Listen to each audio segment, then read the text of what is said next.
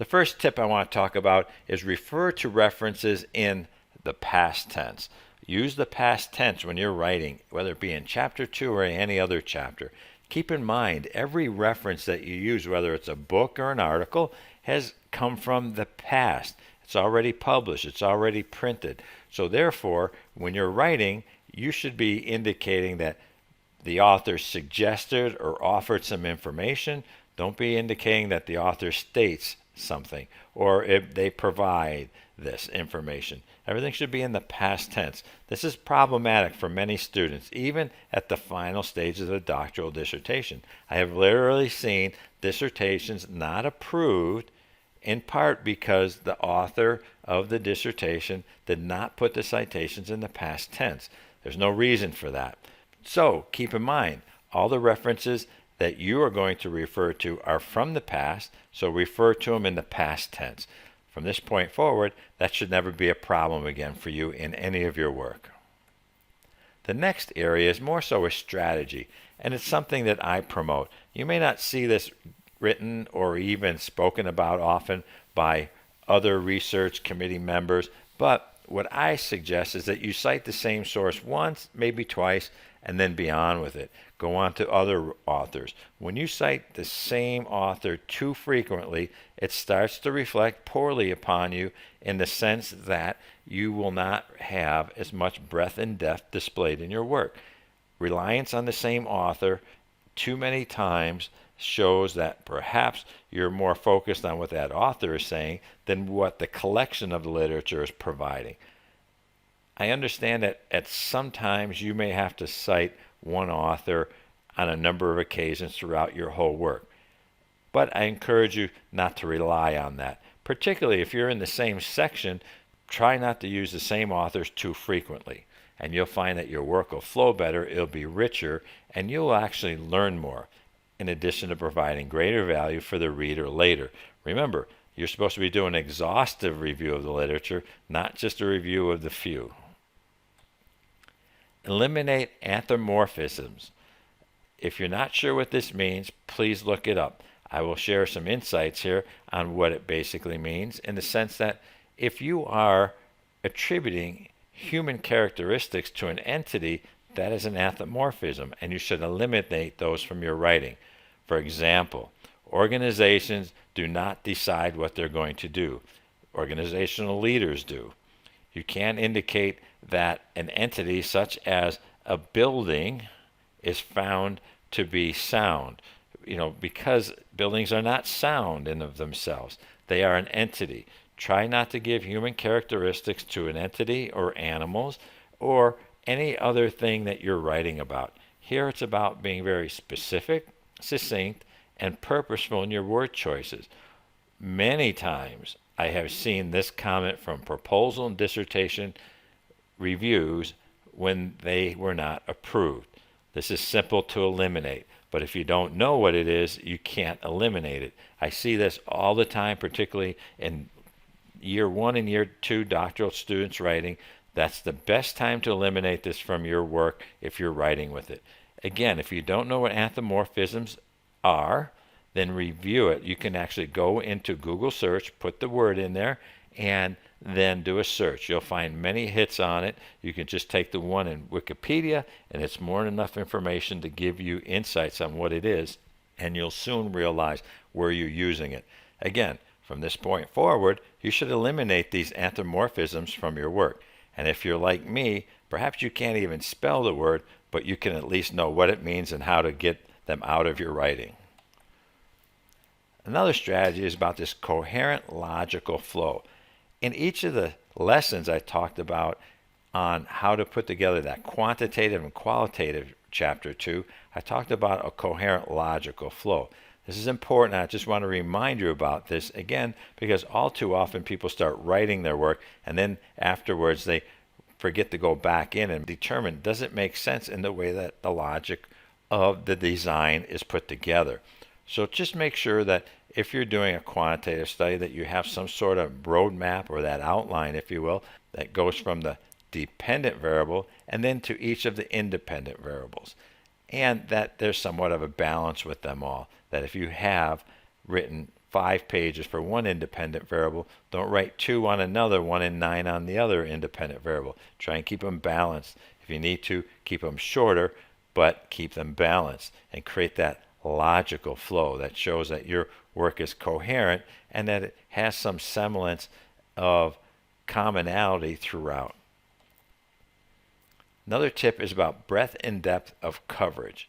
This is one of the reasons why I shared insights about a timeline. It's one of the reasons I shared some information about the concept map, that when you put all these tools together, it helps you to ensure that you have a breadth and depth of coverage of the content in a balanced, perhaps more logical approach. Think about it this way. If you're writing about leadership theories, well, the breadth of leadership theories may go back to the great man theory in the early 1700s, and then it comes into play up to current settings in what would be known as anything that happened in the 1900s and how it transferred and transitioned into the 2000s. Here we start to see you have a breadth when you talk about different models and how they were developed and maybe what were the rationale or the reasons why these models were created in the times when they began. Then you would go into depth. For example, maybe you want to write your work about transformational leadership. So therefore, the breadth would be the many different research theories, if you will, that are supported about leadership. Whereas now in the depth, you would go into transformational leadership to a greater degree, and you would show that you're an expert not only in the different models, but in particular the one model that you may know the most about. Again, breadth and depth of coverage is important as you look at Chapter 2. And that's why we're asking, in most cases, at universities that I've seen, at least 30 pages of content. Now, this doesn't mean 30 pages to include the introduction and conclusion or any information that you may put in the chapter about what references and sources you use to get all the data. This is talking about just the content itself. So breadth and depth, somewhere around the 30-page mark should cover it well, while in some cases it could be 40 or 50 pages. Depends on the complexity of what you're studying.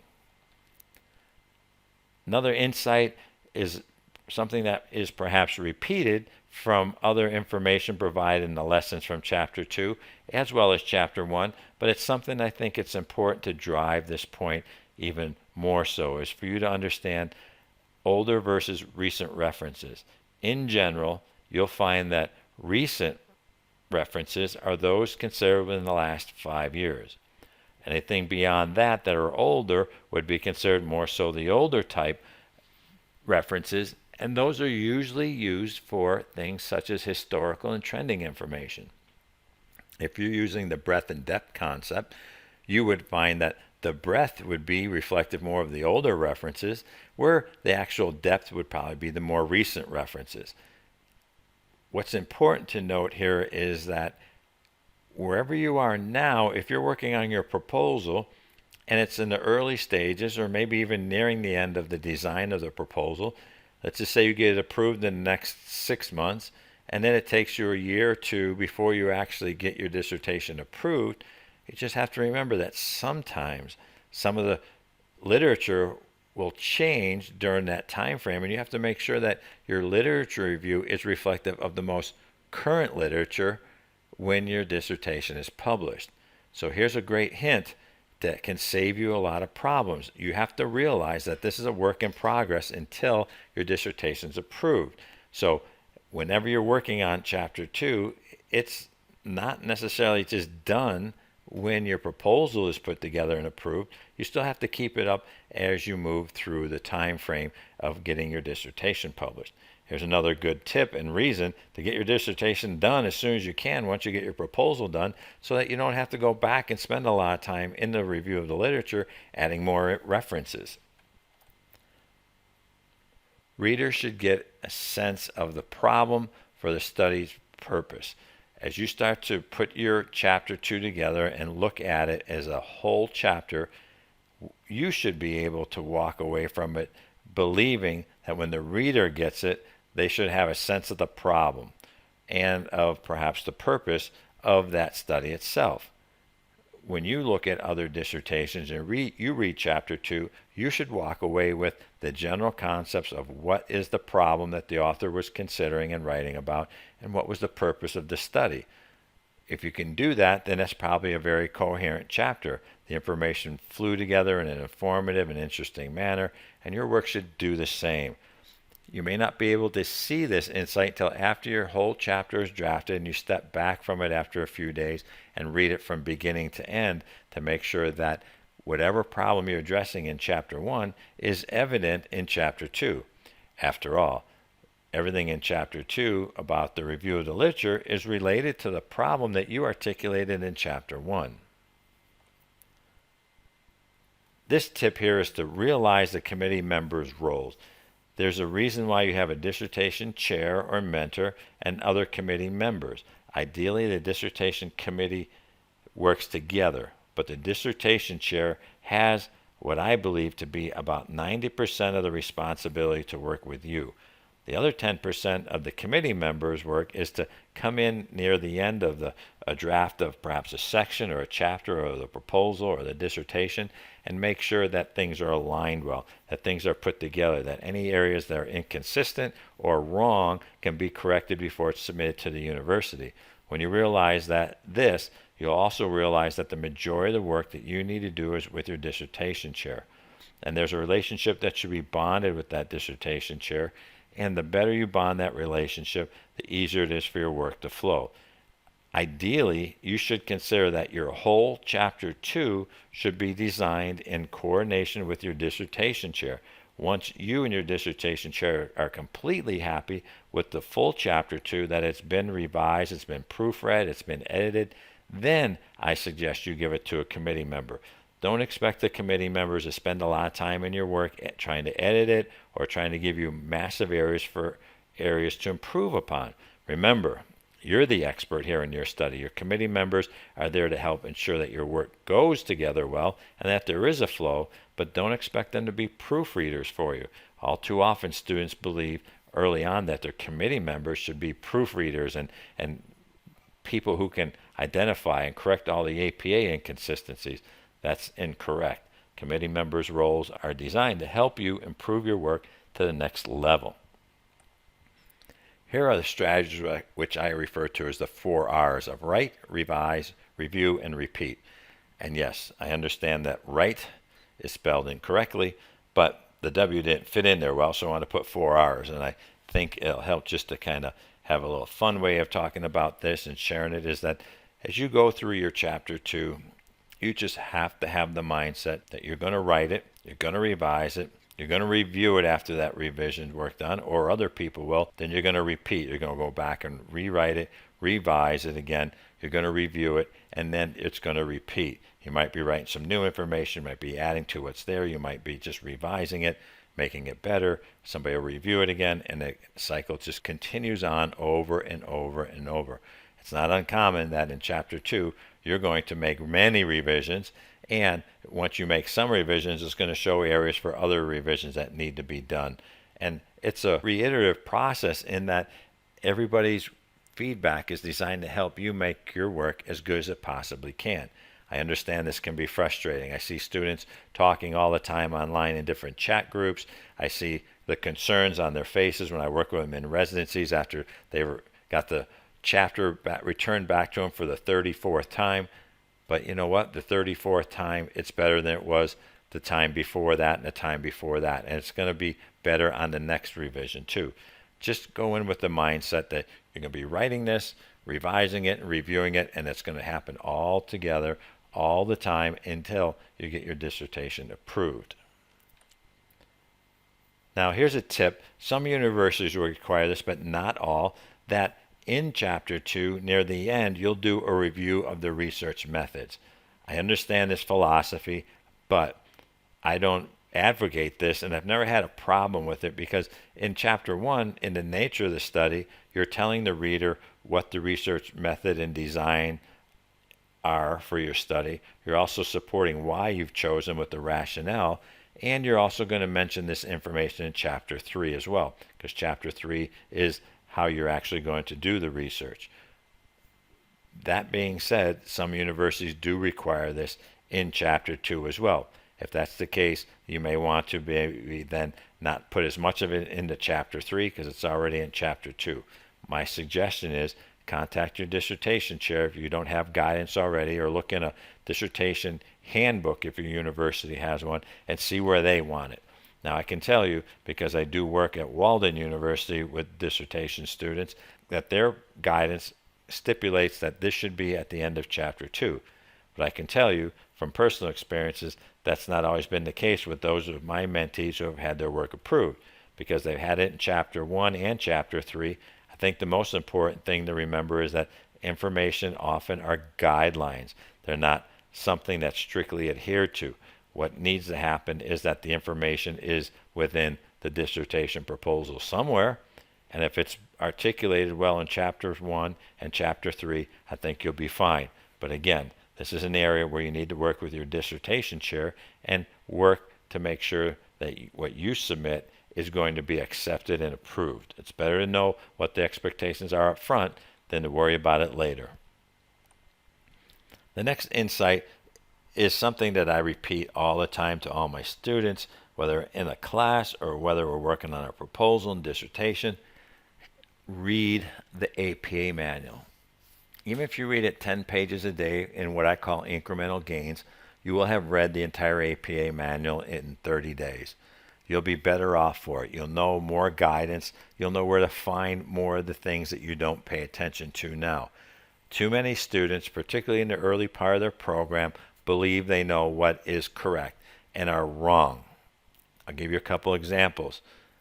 I have seen dissertations not approved at the end because a student had put in a figure that they cut and pasted from a source online, whether it be in the ebook or whether it just came from a website, where there was no permission to do so. That's a copyright law violation. You cannot cut and paste a figure or a table out of a source online or in any book that has a copyright on it and use it without written permission stating that you can. If you have written permission and then you include it as an appendix into your work, that's fine. Most times students don't do that, and in most instances you would never even want to do that. I've never had a student who had to take a figure or a table from a source with a copyright and get permission to put it into their work. Remember, this is your work, not somebody else's work. 10 pages a day gets it done. You'll improve your writing instantly after you start reading the first couple chapters. It's just informative that way. You'll start applying more information, insights, because you have learned it. If you're not sure and you can't remember everything, then that's why you get perhaps some of those little sticky tabs and you put it on the pages where there's a quote or a paraphrase or how to do a block quote or how to do tables and figures. But please do yourself a favor. If you want to get through sooner, take the time to do some of these things that I'm referring to, or start to proofread your work differently than you ever did before, and you'll find you'll get through the program easier. I have personally found that those students who have read the APA manual cover to cover do better than those who do not. Now, I can't make you read the APA manual. Nobody can. And I get it. It's not the most exciting information in the world. But like I tell people, if you're laying on the couch and you're reading it and you fall asleep, so be it. When you wake up, just keep on reading. And here's the information on the tips in regards to the table and figures. If you're going to include them, not only do you have to make sure that you have permission if you want to take somebody else's work, but whether you do or not, let's just say you decide to create your own table and your own figure, which is common, particularly when you're working in other chapters. But in Chapter 2, where you found all your literature, you might want to create a table, or you might want to reduce some of the complex information to a table or figure in Chapter 2. There's a specific guidance in Chapter 2 that tells you how to refer to a table or figure in the narrative before the table or figure are presented, how to actually present the table or the figure in the design of the page, as well as how to put a caption and title with each. If you don't know this by heart, by memory, if you will, you need to learn it. There is no reason why a doctorate student at any level in any part of their program should not know how to do this. This is something that we teach undergraduates and master level students to do, but yet so many doctorate students do not know this. But if they read the APA manual, they would know this, or at least they would know exactly where to find the information. Do yourself a favor, learn more about tables and figures if you're going to include them in your work. And to be honest with you, I cannot remember the last time I saw any dissertation that did not have at least one or more table or figure within it. Tip: reduce, if not eliminate, transition words.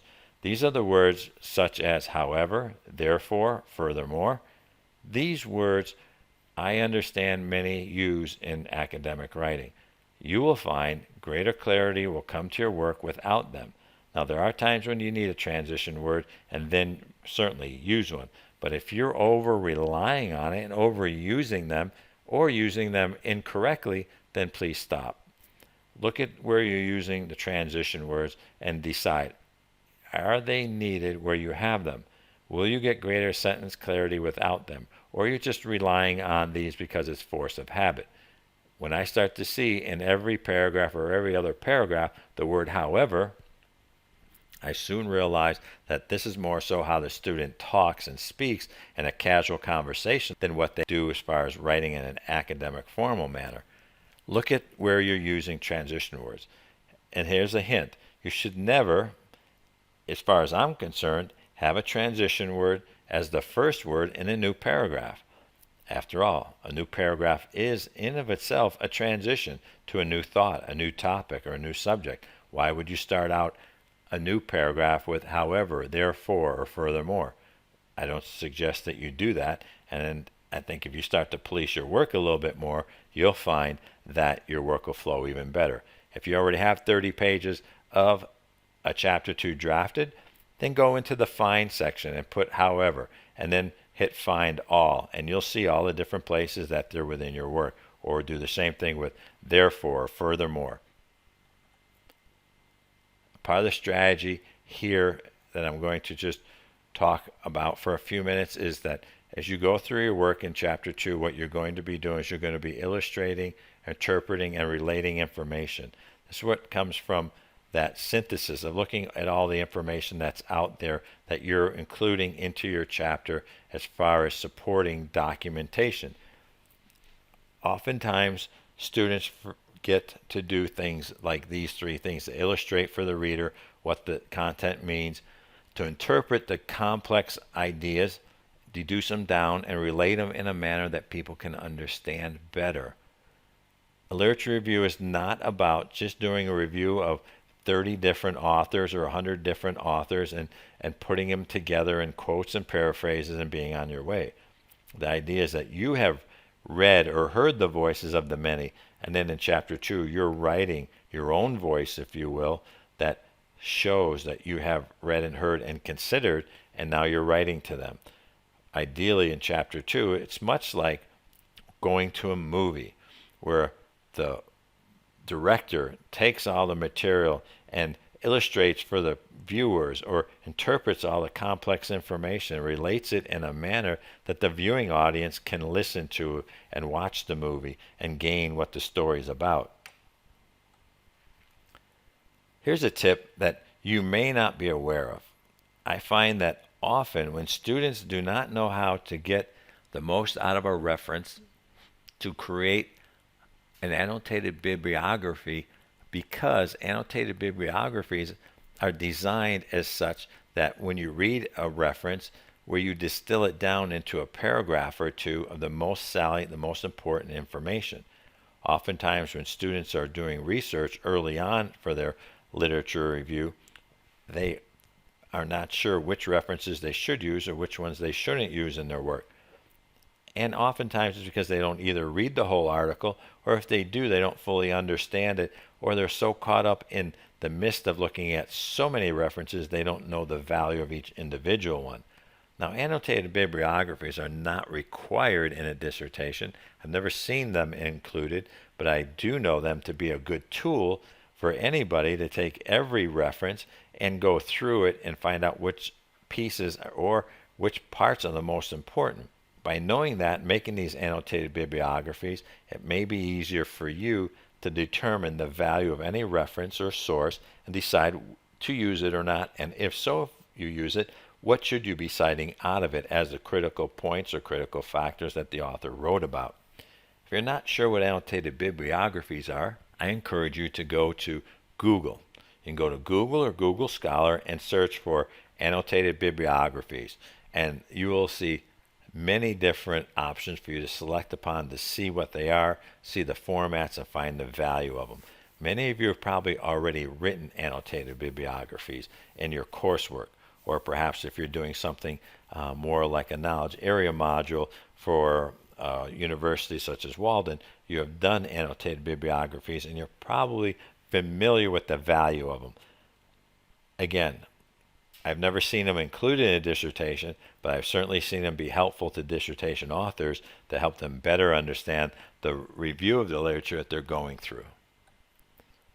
In this strategy, the concept is that you will reduce the complex concepts into simpler parts.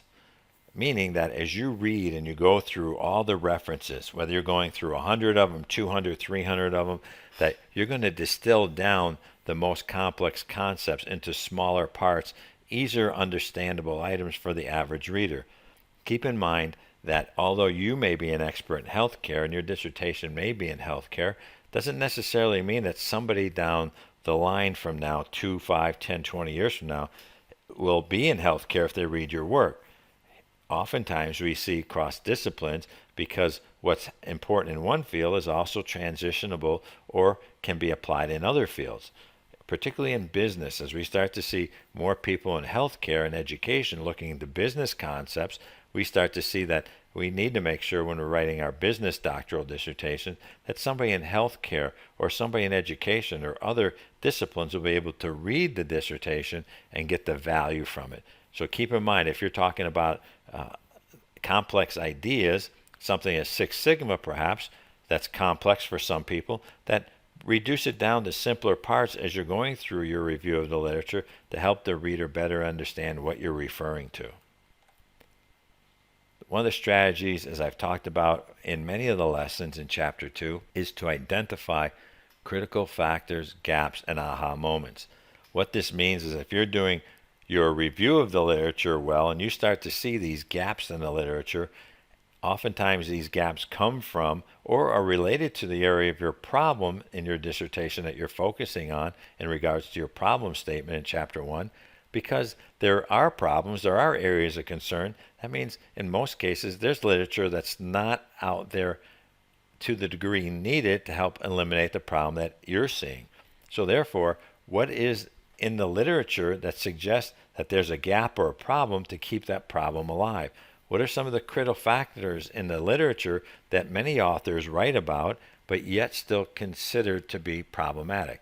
One of the examples in critical factors is that with all the leadership models, we see that there's still problems with people who lead, whether they're unethical, they make bad decisions, they don't work well together, they don't work well with other people. So there's some critical factors there that suggest with all the information we know about leadership and how to be a better leader, how to be a better communicator, there's something wrong.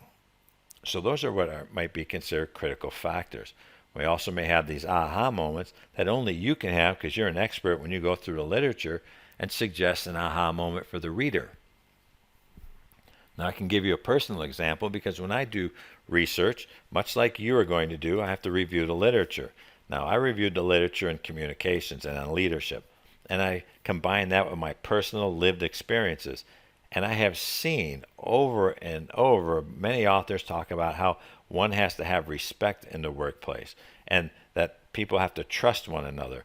I've never seen it together where people said you have to have both. One without the other is not enough. It's not enough just to respect one another. You actually have to trust one another. One without the other doesn't get it done in the workplace. Employees will not be as innovative and creative. They will not be as efficient and effective if they don't trust one another and if they don't respect one another. Because if they don't trust and respect one another, they're not going to freely communicate with one another. They're not going to freely collaborate for the best interest of themselves as well as the organization. So for me, an aha moment was that trust is not enough and respect is not enough. Yes, they're both important, but you have to have both. And so therefore, if you focus more on developing an organizational culture around trust and respect, then it'll grow more and it'll happen. And so that was an aha moment for me. What's your aha moment when you've been doing your work, or the gaps or these critical factors related to the content or the body of knowledge areas that you're studying? Another thing I want to talk about is spacing for paragraphs and sentences. And this may sound rather basic. I understand that. But I cannot believe how often I see problems with students with 1, 2, or 3 spaces after sentences within a paragraph when the guidance calls for 1 or 2. Whatever you decide, based on the APA manual, you can have 1 space or 2 space, but you have to stay consistent throughout the whole document. Nowhere does it say 3 or 4 spaces. This is attention to detail. This is what it means about paying greater attention to how you're writing, how you're formatting, and proofreading. If you have 1 space in one place and 2 in another one in space, 1 space somewhere else, you're not doing your job. There's no reason why a dissertation chair or committee member should have to find these minor spacing errors.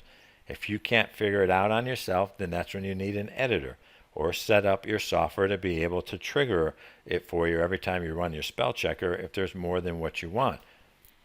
Also, spacing between paragraphs should be the same space as the spacing within the sentences of a paragraph. There's no extra spacing in between paragraphs, whether there's headings, subheadings, or not. Many students have it set in their software incorrectly to do that. So you can go into Microsoft Word, go into the spacing center, change it there to only be double spaced in between paragraphs, and that's exactly what you're going to get. But too many students don't know this, or they don't pay attention to it. Again, this is your work. If you want to get your work through quicker, easier, eliminate all these minor areas that detract from otherwise outstanding work. These are also things I did not necessarily know all of them when I went through my dissertation work. So it's okay that where you are, as long as you know that you're doing something wrong, then fix it. And from that point forward, it should never happen again.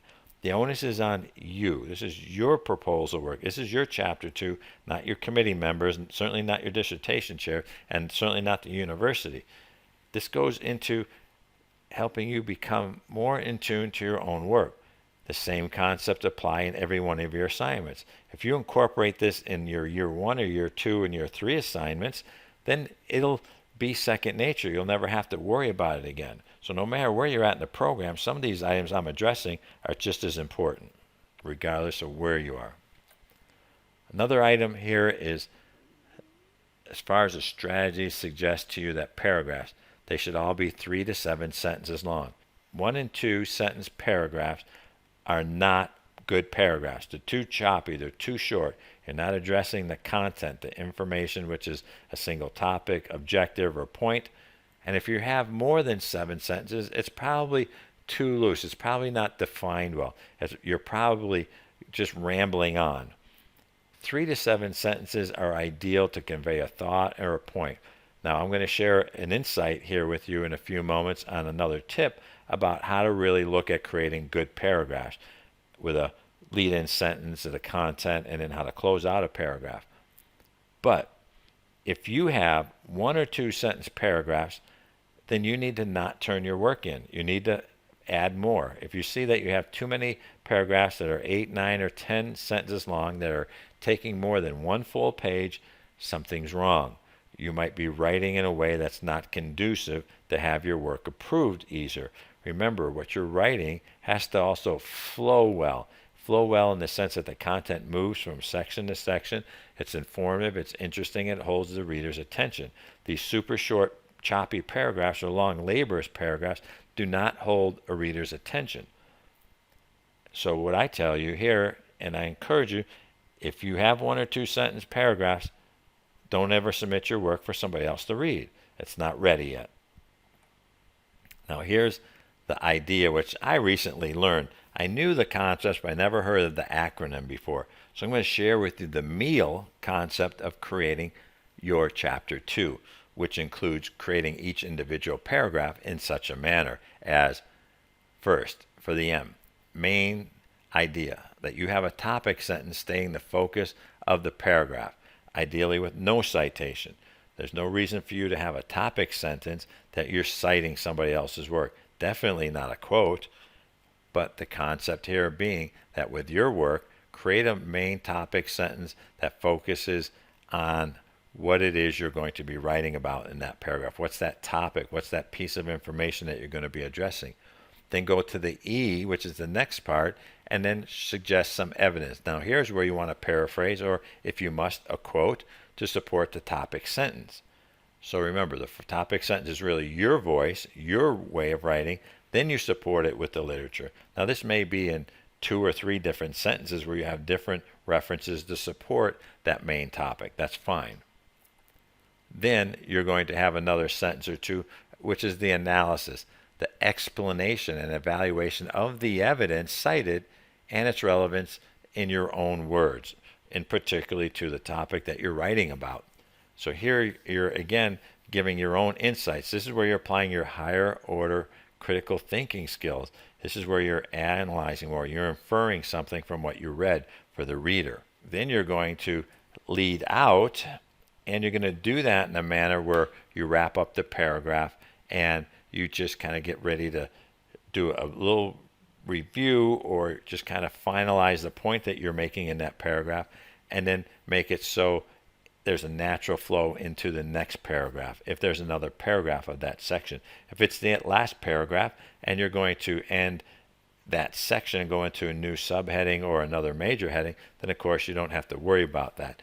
But the idea being here that with this meal concept is that within each paragraph there should be some sort of evidence of a topic sentence, some evidence to support it or refute it, the evidence that you want to write about, and then your analysis, and then closing out the paragraph. Much like a chapter where you have an introduction, you have the information, you have a conclusion. Think about each individual paragraph to a lesser degree in that same type of format, and I think that you'll see that you can improve the writing. Now this is also just good narrative development, composition style writing. If you're not sure and you struggle with your paragraph design and your committee member tells you the same thing, pick up a book and review how to do a composition style writing report. The guidance there will be very easy for you to understand, and probably your work will improve very quickly thereafter. Sometimes we just have to relearn certain things. That's okay. We all have different things we have to relearn. In chapter 2, what I look for in general, first is how it appears that there's a balance between the paragraphs. That as I look at it, it's neatly designed. There's not a lot of quotations within the work. Paragraphs are each balanced in a manner that they have the 3 to 7 sentences within each one, that there are headings and subheadings, that it's informative, that there's a natural flow, that ability of the author to be able to provide this coherent review. There should be headings and subheadings done in such a manner that they support one another and there's that logical flow to them. Overall, the chapter should be easy to read. It should be free of casual conversational tone type words. It should be created in a manner that every word is specific, succinct, and purposefully used. Now, I understand that could be challenging, but that should be a goal, that every time you create a sentence, that you are providing a sentence with good clarity and purpose. As you move through the chapter, it should be something that takes you on perhaps a bit of a journey, like if you read a science fiction novel, that the science fiction novel has a story to it. Your work should have an obvious story to it. When I'm done reading your chapter, I should get a sense, as I mentioned earlier, about what you're going to be studying in regards to not only the topic, but what the problem is that you are going to be studying. Because if you have a well-developed chapter 2, it sets the tone for suggesting what the background of the problem is, what the general problem is, and what the specific problem is, and to who or whom are experiencing those problems.